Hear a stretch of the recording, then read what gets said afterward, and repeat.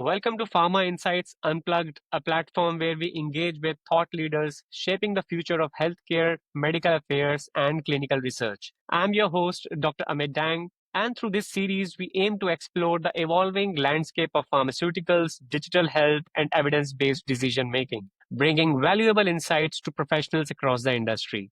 Today, we are excited to welcome Dr. Apurba Mukherjee, Regional Head of Medical Affairs for JAK SEA and India at Ferring Pharmaceuticals. Dr. Mukherjee has led high impact medical strategies across international markets with a strong focus on oncology, gene therapy, and microbiome innovations. Known for his thought leadership on cross functional integration, patient centricity, and the evolving impact of medical affairs, he brings a wealth of knowledge and passion for advancing healthcare. Today, we are going to delve into the topic of how to master the oncology product launches through effective medical affairs leadership. So, good morning, Dr. Mukherjee, and welcome to Pharma Insights Unplugged. Good morning, Dr. Amit, and thanks for inviting me. I'm really excited because something very close to my heart is the topic today, and definitely we'll have a very open hearted discussion. Great. So, to begin with, you have led pre launch efforts for a diverse set of oncology therapies, from chemotherapy to immunotherapy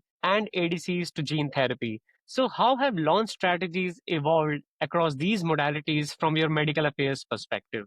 I joined the industry in 2011 and 2014 onwards. I'm working with oncology. At the time, it was the chemotherapy area. So I was working on paclitaxel, docetaxel. It's a very straightforward science. So we had a mechanism of action, dosing schedules, toxicity, and a linear scientific narratives. At that time, we thought it is complicated. Talking about breast cancer, it's like ER positive, progesterone receptor positive, and triple negative.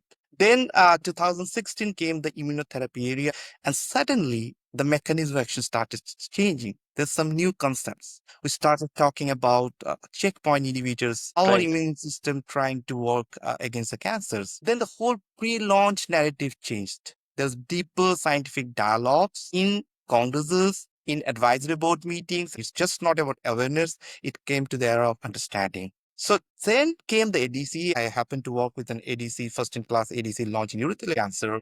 There, the things are quite different. We talked about from the design of the drug.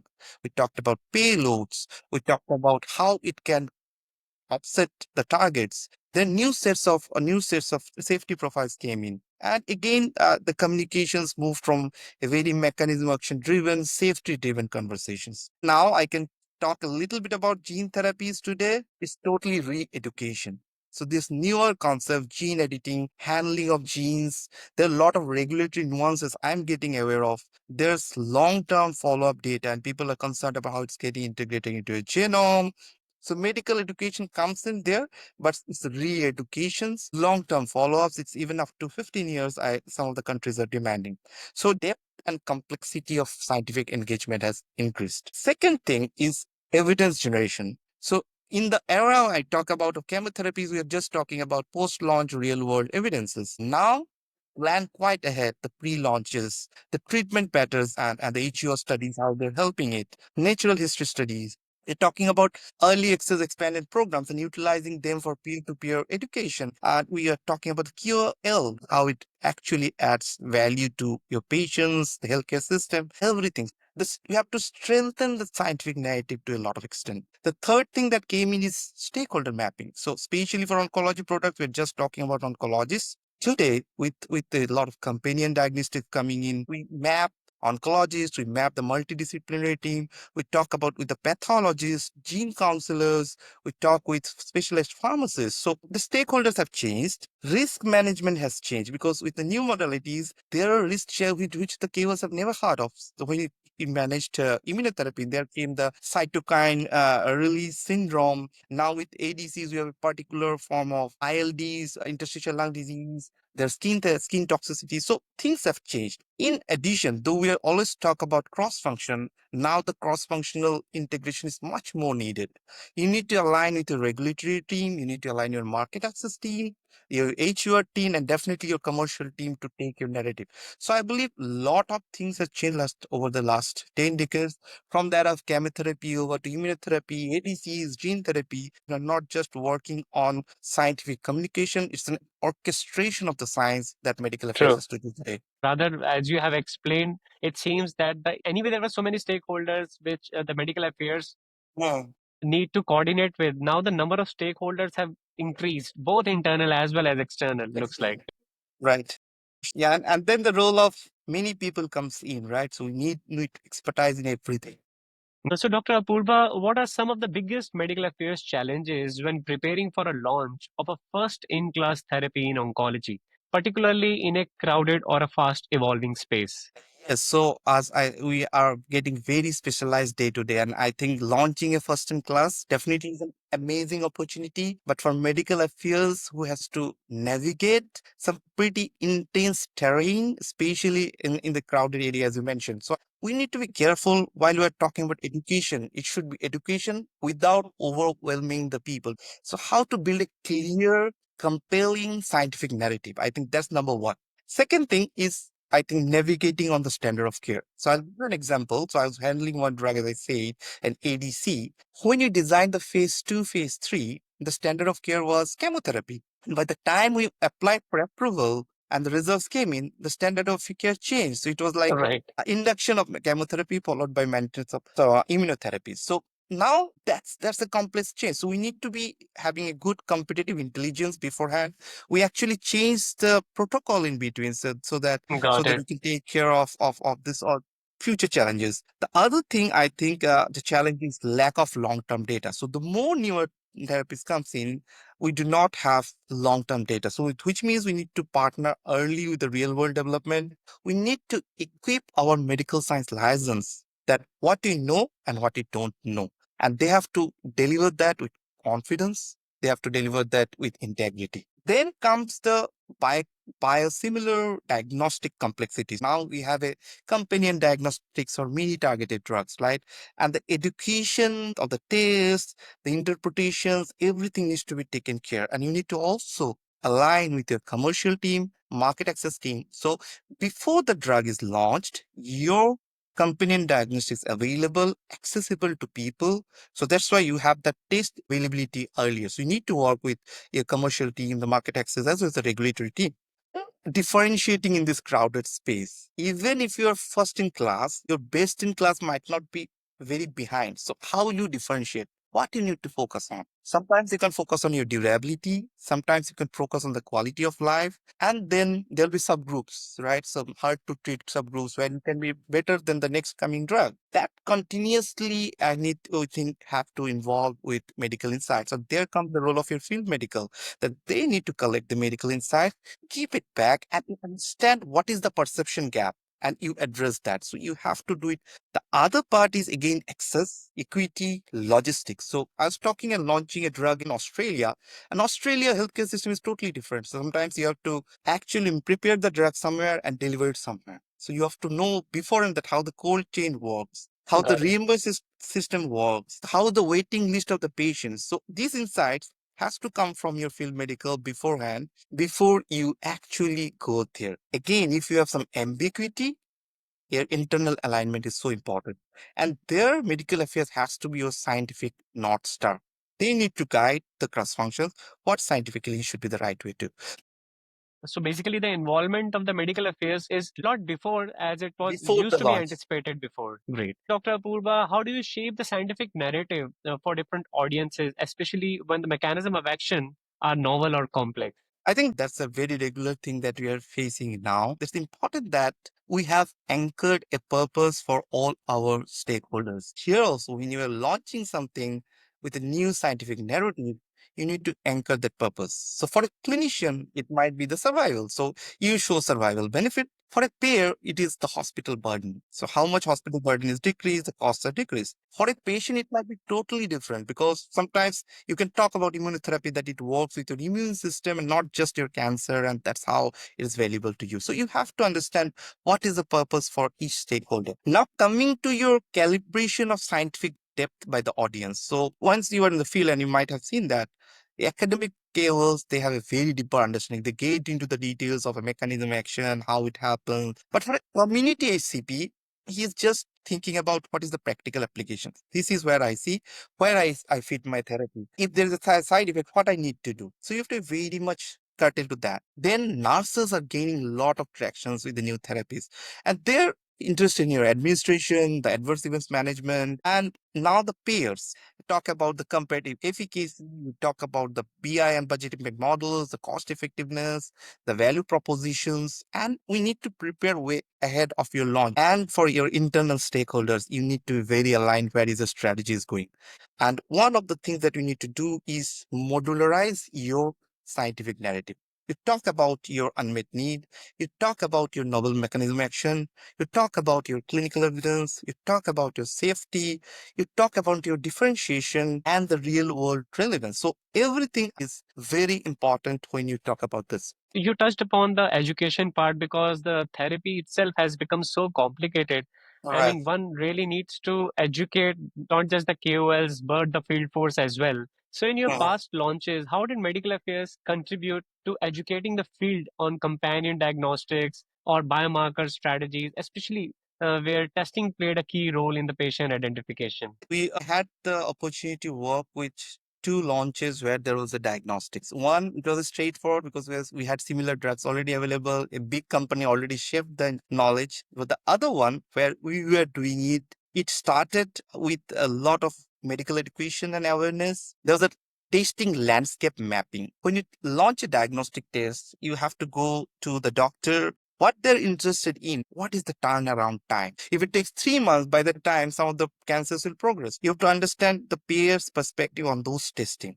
Then scientific training for internal staff, scientific training for KOLs. Then we used to do real world data, concordance study. So you compare how the testing differs between different centers. Other thing, you have to have a very comprehensive education program. You can tie up with some of the diagnostic companies does that. So you tie up with their educational program, train people about the new diagnostics. You have to have FAQs that is dedicated to oncologists, that is dedicated to pathologists, that is dedicated to nurses, and your real world data generations. And some of the things like the CAP, the ASCO, be there in the relevant congresses. I think that shapes a lot about this diagnostic. So, Dr. Apurva, what role does medical affairs play in preparing healthcare providers for safety considerations specific to therapies like you mentioned, ADCs or immunotherapies? When you talk about newer therapies, it comes with very specific challenges. All the people involved in treating your patients should identify what the safety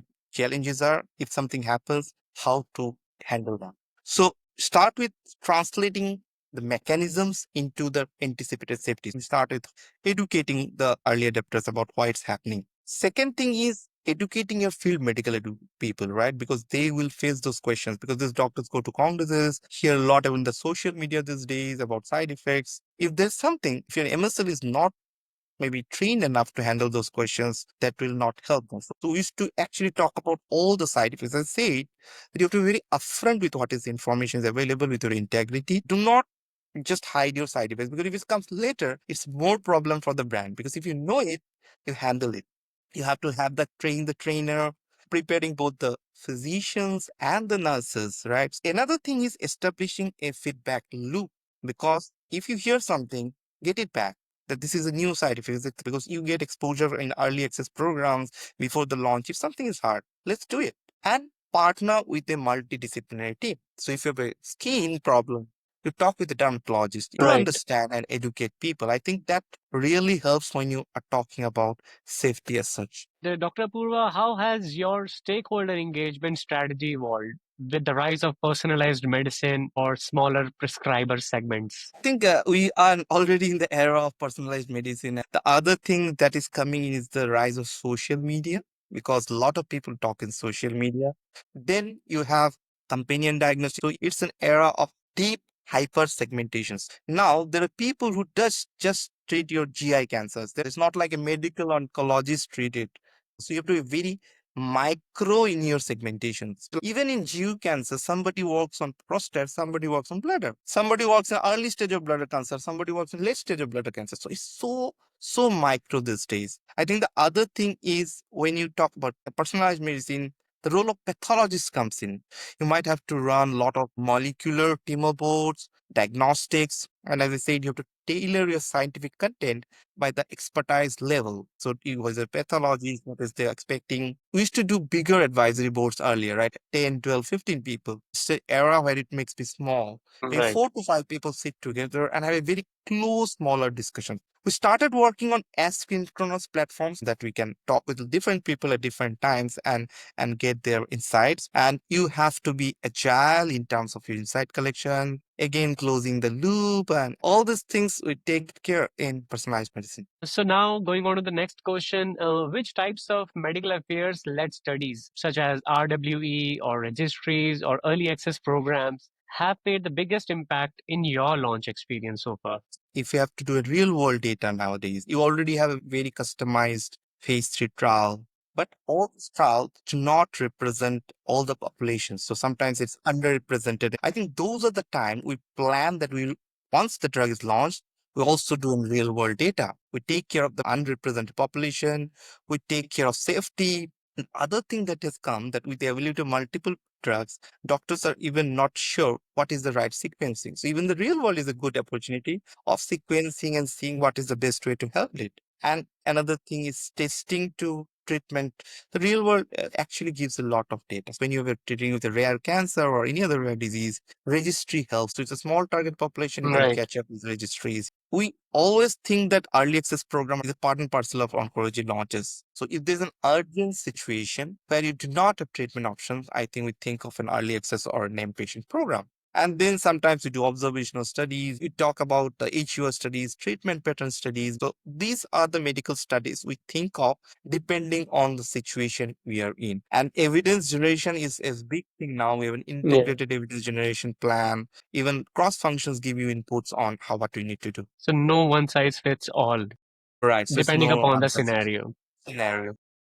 So what are the non-negotiables for a successful oncology launch from a medical affairs perspective? When you come to non-negotiable, and the first thing I think that we need to have a very clear and compelling scientific narrative. What is your story, right? Your scientific story. Second thing, which we all face, is getting the right MSLs. So your MSL should be well trained, very insight driven, and much before launch, you have the MSLs in place. The third thing, if you have a companion diagnostics, you have to educate about your biomarkers, testings, and everything. Non-negotiable. Robust clinical education plan. You need to educate people thoroughly. Deep stakeholder mapping. As I said, things are getting very micro. So you need to understand who is the right people to take this advocacy forward. Evidence generation plan, definitely. And last, but one of the most important things is generating field medical insights. I think if you have this 5, 6 things in place, you can see that you have done some of the good works in your launch. What advice would you give to the teams preparing their first pre-launch in oncology? First of all, congratulations that you have a launch in hand. So that's very few Okay. people have. So if Yeah. somebody is actually there, I think that's a good start. But you need to start early. So speak if you're in a country strategy team, speak with your regional or the globe that give us the right direction early so that you start early because that's very critical. Second thing, you should have a strategy which is anchored, right? Everything is put together. It's not just like tactics. So as a medical affairs, we just do, okay, advisory board done, we have done a congress. If you that attitude has to change. It should be a strategy, one related to the next. Even if you do one advisory board, what is your next advisory board on? So you need to have that anchoring strategy. And third, never underestimate biomarker testing education. If you have a company and diagnosis and you have not prepared the market, you already lost the ground. So you lose 1, 2 years again before the drug actually picks up. The other one is hire and train MSLs. Definitely is important for you. And there is no negotiation as I highlighted. Use your insights that comes, that's are your like your GPS that will guide you where you want to be, right? Educate cross functions. Before even if you reach out to your external customers, educate your internal people and anticipate because you see the trial before others, you know the data before the externally. So anticipate that what are the questions I would have asked and Right. build a very strong content before you go. And you train your MSLs also, right? If somebody asks you what is your standard response, so you have your standard response document. I think these are a few things we need to do And I believe if we follow that, we can make it successful. And that brings us to the last question. Of the many launches you have worked on, is there one moment or a challenge that stands out as particularly meaningful in your career? In my last stint, I had this because I'm talking about the ADC because ADC was it's a new concept, and in terms of efficacy, it was a fantastic drug, which is a standard of care. But there are a lot of things which it comes to safety. We had to prepare very thoroughly. Prepare the team, prepare the content. This is the timeline when you can expect these adverse events. So just very rigorous. Took us a lot of time. I think that was challenging, but it helped. Even before 6 months before launches of the market, these top Ks are aware of how to do it. Even if they have not practically handled it, theoretically they're very confident. I give you that when you launch some of the markets, we got the bolus patients. So even if whatever we expected, we got double the patients that we wanted. So that's absolutely brilliant because after talking to you, it feels like there is so much of planning which is involved, and Right. one really needs to start way early than what I was actually anticipating. So, thank you so much for joining us on this insightful journey through the evolving landscape of oncology launches, and your reflections have highlighted the strategic, scientific, and human dimensions that define medical affairs today. And it's clear that, I mean, with the right vision and preparedness, medical affairs can be the catalyst for meaningful impact in the patient care. So, thank you so much, Dr. Apurva, for joining us For today. sure, Dr. Amit. I think that's a good discussion. Very close to my heart, and I believe if it helps some of the people who watches this later on, I'll be very grateful. Definitely. Thank you so much, Dr. Apurva. Thank Thank you. you. Bye bye.